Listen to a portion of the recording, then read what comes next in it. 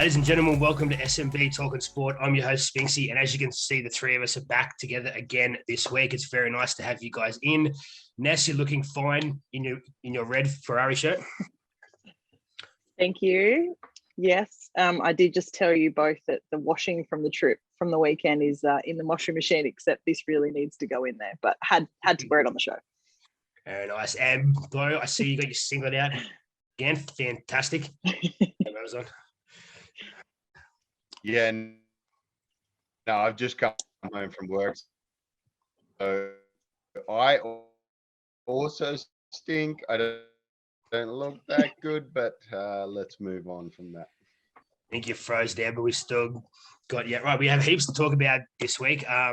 First of all, I think we spoke about it last week, but I finished my half marathon yesterday in 2 hours and 39 minutes. The pain I'm in is undescribable, but you can see this mark I have right there on my arm, and that one I've got there on that arm is from my arms rubbing on my shirt.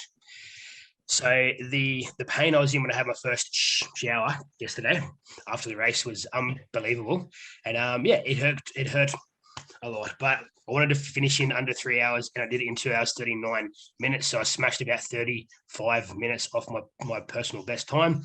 So that was very good. And my new partner was there at the finish line with her daughter to watch me finish the race, and it was very nice to have them there and all the support from everyone. So big thank you to everyone who reached out and sent me a text, and I'm happy it's over. So thank you all. Yeah.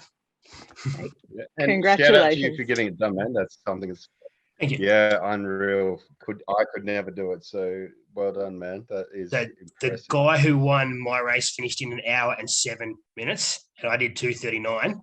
And the guy who won the full marathon did it in 2 hours and 30 minutes. So he ran twice as far as I did in the same amount of time. Mate, so credit to you. That's massive. I've never known you to be a runner, and kudos to you. That's such an achievement. Good on you, mate. Thank you. Surely your knees are fucked. No, my knees are fine, man. My knees are fine. The back of my thigh hurts more, like your hamstring there. That hurts. My biceps hurt heaps, man. That's like like a knife there. It's fucking horrible. It hurts. Yeah, and but I was not too bad actually. I thought I'd be a lot worse. So, but very happy I got through it. And there was 5,000 people in my race, and I finished 1,600th. So it's good. Good work. Done well. Hey. 1,615. So it was good. And I'll talk about that a bit after. But because we are such consummate professionals on this show, we sent our avid reporter down to the Formula One in Melbourne. Ness, how was the Formula One? I'm still coming down off the high. I think it was just such a good weekend. From leaving Canberra, which was freezing cold, flying down to Melbourne, which typically is crappy weather, and we were just greeted with sunshine, and it just was such a good weekend. The Formula One was amazing. There's just everything about it was amazing. Just to be part of a world, all of the biggest record event in Australia's history was great. Seeing people back, enjoying live sport, sitting in the stands, just seeing how fast they are, how loud they are, just everything about it was epic. And everyone that sort of said to me in the week leading up, going, "Oh, why would you go to a car race? They just go round and round in circles." But you don't actually. It just, time goes so quickly. They only take a minute to do the lap, so you're just sort of constantly doing that, and in between queues. And look, it was amazing. Ferrari pole position for the race and winning was awesome. Even though, anyway, we'll get to what happened with Carlos later. But seeing some of the drivers and enjoying the Melbourne walk was fantastic. And just in and around the precinct, and the whole vibe throughout the city was pretty cool. So lovely weekend with some good friends, and I got to left the qualifying, went to the Super Netball, and then went to the MCG. So I think I spent over 12 hours at sport on Saturday. Fantastic. It was wild. Very nice. Now, irony of Carlos. Did we hear that? All I got was irony and Carlos. Yeah, well, that's enough. Can we touch on how irony of Carlos? Oh, poor fella. He's still spinning. The wheels are still spinning in the gravel. I think he's still there. Actually, no, I did just see on Instagram he's in Doha. So not a stalker at all. There you are. He was pretty trash, but anyway, we'll get to that later. Now, the Masters Golf finished this morning. Now, though I know you're a huge golf fan, did you catch any of it this morning? And were you upset with how Cam Smith ended the weekend? You know, I'm having tech issues here, so I'm not sure how much you're going to hear of me, but I watched all of round 1. I missed all of round 2, got the most of round 3, and then the most around 4. Not disappointed at all, because just playing this Scheffler dude is just off his head at the moment. He's been in great form. And just Cam's, have a look at the guy, like what represents Australia more than the guy in a mullet and a dirty mo. So impressive to watch. I think he kind of fell apart I stopped watching round 4, like on the turn there. So hole 7, 8, 9, 10. And he was kind of falling apart there. But nonetheless, impressive knockout of him. He played super well. But great to watch. I hate how much I'm enjoying watching golf. It's just showing how old I am. Pretty impressive. It was fun to watch basically all the guys out there. But Cam Smith, hell of a knock. Raise the bat. You've done well, man. You've made Australia proud too. And Augusta is just the most beautiful spot on earth. Everything about it is just so perfect, and I love watching it. And just and to see Tiger Woods make the cut after what he went through as well about 12 months back with a car accident. So for him to get through is just fantastic. So it's good. It's good for the game. So.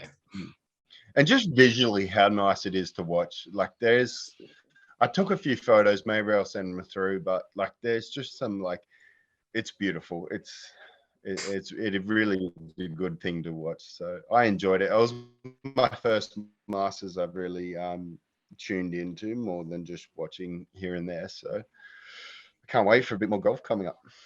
I see. I think the next big one is the British Open, I think, coming up soon. So it should be all tuning in for that, I'm sure. Now, the NRL that we're up to, the NRL, 2 of our teams are doing really, really well. My Sharkies are on fire. They're sitting second on the ladder. They've had some opposition that have been ordinary. We've thrashed a few teams and got Melbourne coming up this weekend. So that'll be a big challenge for us. Ness, Doris is starting to hit a bit of form too. Yeah, good little win over the Broncos on the weekend. Nice to see them sort of starting to find that form we spoke about a couple of weeks ago. So, they traditionally start a little bit slow and they start to build. I'm expecting a little slump sort of coming. We're about due for one, and then we usually hit our straps. So let's see how we go. What on earth is happening with Newcastle Knights, mate? Like, honestly, I haven't tipped you in weeks, so thank you for that. But what is happening? What is happening with Kalen Ponga? The man can't seem to be able to tackle anyone. I don't know what's going on. He just seems soft. Yeah, look, I think we're just crashing back down to earth, and it was a beautiful couple of weeks to start the season. But I think it's more, this is who we are, and that's what we expected. Kudos to both your teams. Also, kudos to me. I've said both your teams are unreal, so I'm not going to come back off of that. But as far as Newcastle, especially KP, he's kind of our guy, and our world revolves around him. But my God, it looks terrible. He's not been that involved. And I'm up there with the person that would hate to say it the most, but I think we probably looked better without him, to be completely honest. And I'm still going to be a huge advocate of bringing him back. I want him back, and we'll pay a lot of money to get him back. Reports are like 1.2 million to bring him back. But then there's also reports that you can almost get Cam Munster for the same price. So I love KP. I'm bringing him back every day of the week. But as far as what's better for the team, if you can get Cam Munster here and away from the Dolphins, maybe pay a little more, 1.3, 1.4. It's probably better for the team. But yeah, we're kind of in all sorts. Not a very good, doesn't look like the future's bright for us here as far as season 2022. But there's not much to say other than cop the loss on. We've been ugly for a couple of weeks now. That's right. Look, Dropped to 11th. I think Bernie in week 6 or 7. Oh, you've thanks, got Chris. Tommy. I didn't know. 11. Just The 1-1. My team sucks. It's really bad. We're not doing so well. Nice. No. Sorry, had to. All right. But both, they fair were doing play. so well.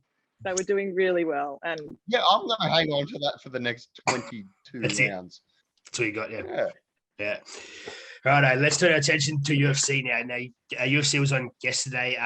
Volkanovski, the Aussie, against the Korean Zombie. Look, I'll admit, after my race yesterday, I decided to sit out in the sun and drink copious amounts of alcohol. So I totally missed this fight. But Volkanovski did go on to win. I think in the second round, he knocked him out. He's now the undisputed middleweight world champion. There's no one's going to get anywhere near him. I think he's going to have to retire with the belt at some stage because he just keeps winning fights. And at the moment, there is no one else. So all the best to him in the future. And if you guys caught any of the UFC, how was it? No. I caught nothing. Is Volkanovski, is that talk about him retiring? No, he's only young still, but there's just no one else around. He's beaten everyone in his divisions. So unless he sort of moves up or moves down, there's no one else currently there. So yeah, he's just going to have to keep on beating dudes up. So he can go full Ash Barty, retire at the top of the game, except be a much cooler person. Yes. Yeah, well, she's gone on now to write children's books. Is the latest thing. So I heard that today. So, who would have guessed that one? I didn't see that one coming when you asked me what we thought she might be up to. Yeah, the Matildas had a huge 2-1 win over New Zealand. It's always nice when the Aussies beat New Zealand in anything because no one likes New Zealand. So shout out to the girls. They won 2-1. They've got a second match on tomorrow night right here in Canberra. So if you're in Canberra, get down to Canberra Stadium to watch that game tomorrow night at 6:45. See, I know what's going on. That's good. Ness, how was your Super Netball game on the weekend? Which game did you go and see? So my Mighty Vixens take on the Giants.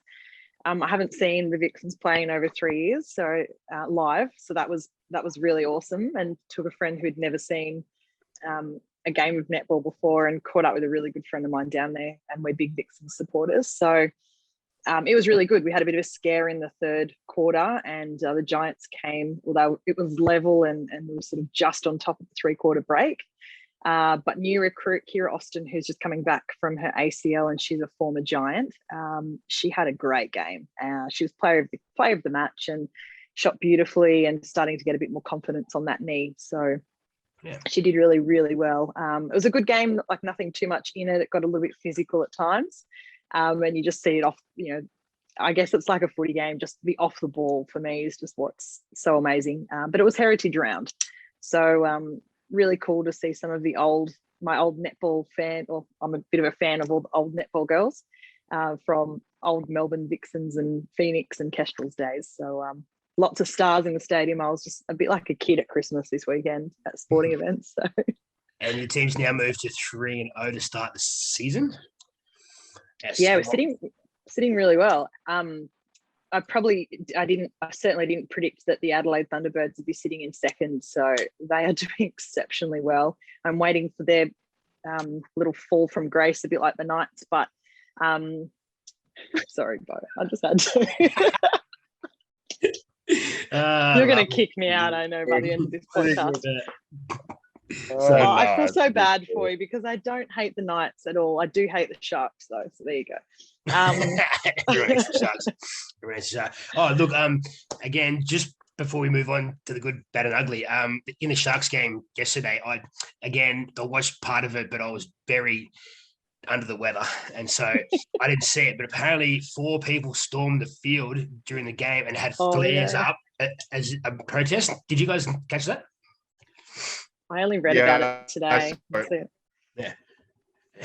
I saw it. The NRL this entire week was full of people jumping the field. And in that game in particular, so one guy jumps the field with a flare, and it was kind of bad because like everyone let it happen. And then security finally runs to him and someone else just takes advantage of, all right, I got a free pass on the pitch here. And then so we ended up talking about it at work today. And all it is a $1,200 fine, and you can still come to the game the next week. No. That's all it is. I thought it was like It 5,000 or something. It depends where you are. Some venues are different. It like, does. yeah, but For them, yeah. unless they bet $1,200, the I'm venue. in the field. I'm in. Let's go. What are we doing here? That's fantastic. Let's see Not what the fine is listening. in Not Canberra. listening. Not listening. Beautiful. I don't want to have to drag the two of you out. All right. And then Just there was the behave, just one. behave. There was the girl in the. That was at the Gold Coast Titans game where the girl ran on the field and she got nailed. They messed her up. Now. Yeah. And funnily She's enough, taken out. the security's in trouble for it, Yeah. I heard that too. which God. is cheap. Okay. That- You know I'd what? love You to storm talk a about field, that. you deserve to get tackled. That's my thing. Like, Yeah. boy, girl, You play whatever. If you stupid storm games, the field and you're not right, meant to, right. then get tackled. Bad luck. Righto. No, it's time for the good, bad, and the ugly. And I've got the good this week, so I'm going to go first. And I've got some little props here too. I'm going to just put this on. Hey, So, look, I'm going to let's go. humble brag time because I don't talk about myself ever. So this time last year, I couldn't run from here to the couch, right? And so all that training, everything I did paid off. So for all you fat dudes out there, then you can do it too. And one day you can end up with one of these. So get out there, get off the couch, and go for it, and you can do whatever you want. So yeah, and thank you to everyone who was there to help me and support me through, and the the few messages I got yesterday. Thank you. So thank you very much, and that's the last humble brag I'll have on the show. So thank you. And that's fair, because I never knew you did get to be fat, and I'll call you out for it because I never huge. knew. Yeah. I never knew you when you were. So you've done well, man, and congratulations So again. I actually amazing achievement. Thank you. I actually weighed myself before the run, and then after the run, I lost 2 kg in 3 hours. Yeah. It's good, eh? Yeah, so good. So yeah, we'll get there. Very nice, thank you. And Absolutely. there was I'm not sure who he was, but there was a guy who was running the full marathon. So he does 2 laps, and I did the 1 lap, and I got to about K19, and I was stuffed, and I had 2 Ks left, and he was there with me, and he's like, "Come on, dude, let's go." And I'm like, "Can't, man." He's like, "Fuck, come on, dude, go." And I'm like, "Oh shit, okay." So every time I stopped, there he was going, "Dude, let's go."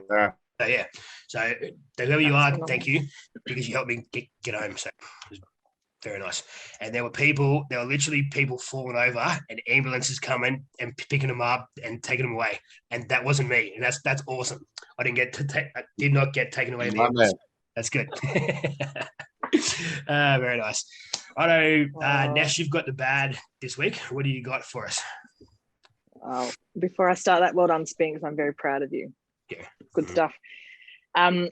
My bad this week is from the Formula One on the weekend. I'm taking nothing away from what was an incredible event, incredible experience. Ferrari winning, Lewis not winning, Max not winning. It was fantastic. So all of that aside, but 2 of the most popular, probably, I think arguably 2 of the most popular drivers in Verstappen and Hamilton, and their lack of fan engagement. And let me tell you a few stories from the weekend, which makes up the bad this week.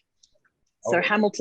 Hamilton's coming in, driving through, and has all of the fans are on one side, and that's where my darling nephew and his relatives were, and we've sort of joined them. Hamilton's got his shirt on that side of the car, and he's sitting on the opposite side of the car, but he's pretty visible, right? Like everyone knows what Lewis Hamilton looks like, so straight through. Did not want crowd engagement at all, and apparently did the same on the Melbourne Walk the previous day. Max Verstappen comes through in his little blue car, and he's on the side where the fans are, but he sees the fans that are waving at him, and he's lowered himself into his seat. So my bad is that the two most popular drivers just could not give a rat's about the fans. Shit, eh? But I want to say a massive, so the friends that I went down with made friends with Linda, the security guard, who it's her corner. She meets the drivers every year and has done so for like 20 years. Being in events, if you find a guard that's that good, you leave them in that position because they're really good at their job. So they got talking to her, and her favourites are Vettel and Fernando and Carlos and Daniel Ricciardo, of course.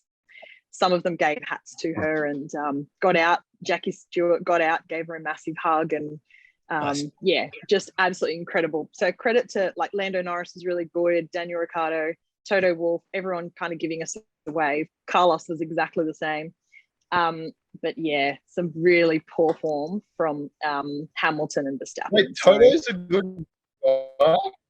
I think, yeah, Toto was loving the fans and certainly gave a lot of his time. And so did the team principal from Ferrari. He was probably the longest on the Melbourne Walk as well in terms of just giving people time. But so that's one bad, and the other one is Sebastian Vettel. Before I talk about Carlos, we've got to talk about the rough week that it was for Sebastian Vettel. He stops in FP1. He takes his scooter into pit lane and gets a fine. There was no running for him in FP2. He crashes out in FP3. He did one lap of qualifying and he bowed out of the race just after Carlos did. So, wow. But the best call of the day was he actually entered the drive where the drivers, enter from. Instead of driving, he came in on his push bike, and some guy behind me said, that's just because, his racing team actually have no more cars left. He's crashed them all. And it was just gold. It was pure gold call of the day. They've run out of cars. But Carlos as well. Carlos gets my bad too. Like, he was really quick in qualifying. He got a little bit undone by the red flag, but crashed out in lap 2. He did. So, oh man, 56 laps not watching Carlos was not what I signed up for. So he needs to do better. Yeah, so that was a bit rough. He crashed apparently right where my nephew was. So I got some excellent footage of his car being extracted and him getting on his moped. He didn't drive himself like Vettel. And I guess the only other bad is that Verstappen's Red Bull and the engine problems continue. So while I think it's awesome, I can imagine that Red Bull fans, including my friend I was with, not so happy. So a few bads this week. Oh, I love it. I saw the start of the Formula One, but again, I was a bit sick, so it was a bit hard to sort of gather. I didn't eat yesterday at all. Oh, there's your issue. Yeah, because I ran. Eating is cheating. Don't worry about it. I had about 10 stubbies in me before I realised I hadn't eaten, and that was too late. So yeah. I ate for both of us in Melbourne. It's all good. I know, Bo. What have you got for your ugly this week? Yeah, I would like to also start my shout out here to you again, Spinks. Absolute shit bloke, but well done for getting through what you've got. Fucking impressive. Oh, beautiful. Love it. Thank you. Best thing you've ever done in your existence, potentially, but it's pretty good. Other than your children. That's a great achievement. Them too, yeah. Oh my gosh, I thought you said his ugly is other than his children. That's awful. Yes, you're a bad No. No. My ugly touches home a little bit, as we've discussed. I'm a Chicago Bulls fan, not a very big LeBron James fan. and credit to him for being a great player.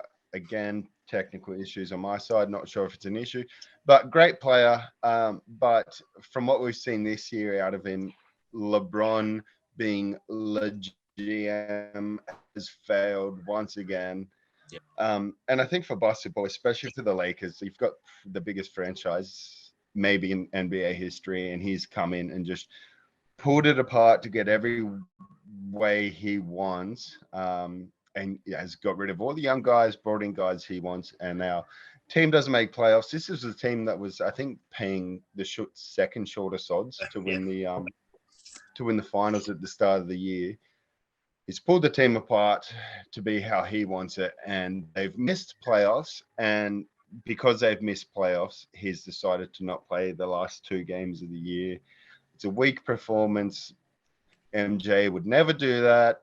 It's ugly for everyone. It's ugly involved. It's put the franchise now, as far as their cap issue and their talent issue, like they're fucked, to be blatant about it. Because and now he's talking about, my favorite thing is he was interviewed on one of the podcasts. He's on being like, who's the guy you'd want to play with in the NBA at the moment? He's like, Steph. I want to play with Steph Curry.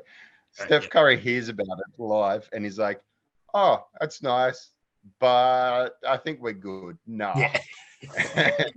That was the moment that I really enjoyed. So appreciate the guys. As he's 37, the things he still does in the basketball court is so unreal. He's a talent, and what he can do is unreal. But as far as he will pull a team apart and make it however he wants, he's done it for a long time. And I've always hated it, and it's getting noticed more and more now. And it's ugly and sucked into him. And we can all just think that, I think Kobe he'd be rolling in his grave. He'd be turning in his grave, being like, this is not what we should be about. So fuck you, LeBron. You're a talent, but just play with what you've got, I suppose. Like, you're unreal. And now Frank Vogel is going to get fired. Yeah, he is. He's got a great coach about to get fired because LeBron just ruined his. I think those things worked when he was at the Heat and the Cavs, but they haven't worked here. He brought in Russell Westbrook, who was the worst trade I've ever seen. They've got rid of all these young dudes, Kyle Kuzma, a few other young dudes, and they've got heaps of old dudes there now, and none of them are as talented as they were 5 or 6 years back. And it's like he just wants his friends to be there with him. Russell Westbrook was a terrible trade. Anthony Davis is not much better. Dwight Howard's there now too, and they had to win all 3 of their games in a run home. And they had the Suns, I think it must have been on Thursday or Friday, and signs in the stadium were saying Michael Jordan would have been out there. Jordan would have been out there with an ankle injury, a knee injury, a sickness, whatever. Jordan would have been there. Yeah. Then LeBron's like, oh, my ankle hurts. But he came to the game and sat on the bench and looked okay. Like this is your chance to make the finals. And I think if they had made the finals as a healthy team, that they could have done something. But as you said, man, the biggest franchise there is, for them to miss out and not even be in there, even though they've now extended it to like 10 teams now, and they still can't get there. It's bad. Yeah, it's very bad. Yeah. Ugly look. Absolutely ugly look. It's a bad look. At all. So this off-season will be interesting to see whether, because I think Frank will get sacked, the coach, but they need to bring in someone. Like, they need to trade away Russell Westbrook for sure. But yeah, things need to change there fast. So yeah, she's not looking. Yeah, they're going to be struggling for a while now because of all of this. So. Definitely. Yes. All right. Well, look, that's the good, bad, and ugly for this week. Coming up this weekend, there is a plethora of sport on. It is the Easter weekend, which is one of my favorite weekends of the year. I am heading down the coast, but there is plenty of sport on. NRL, AFL, Super Rugby, the netball is on. So much to choose from. The A-League, if you're interested in that, help that sport out because it's dying fast. So go watch the A-League games or something. The Royal Easter Show is on in Sydney.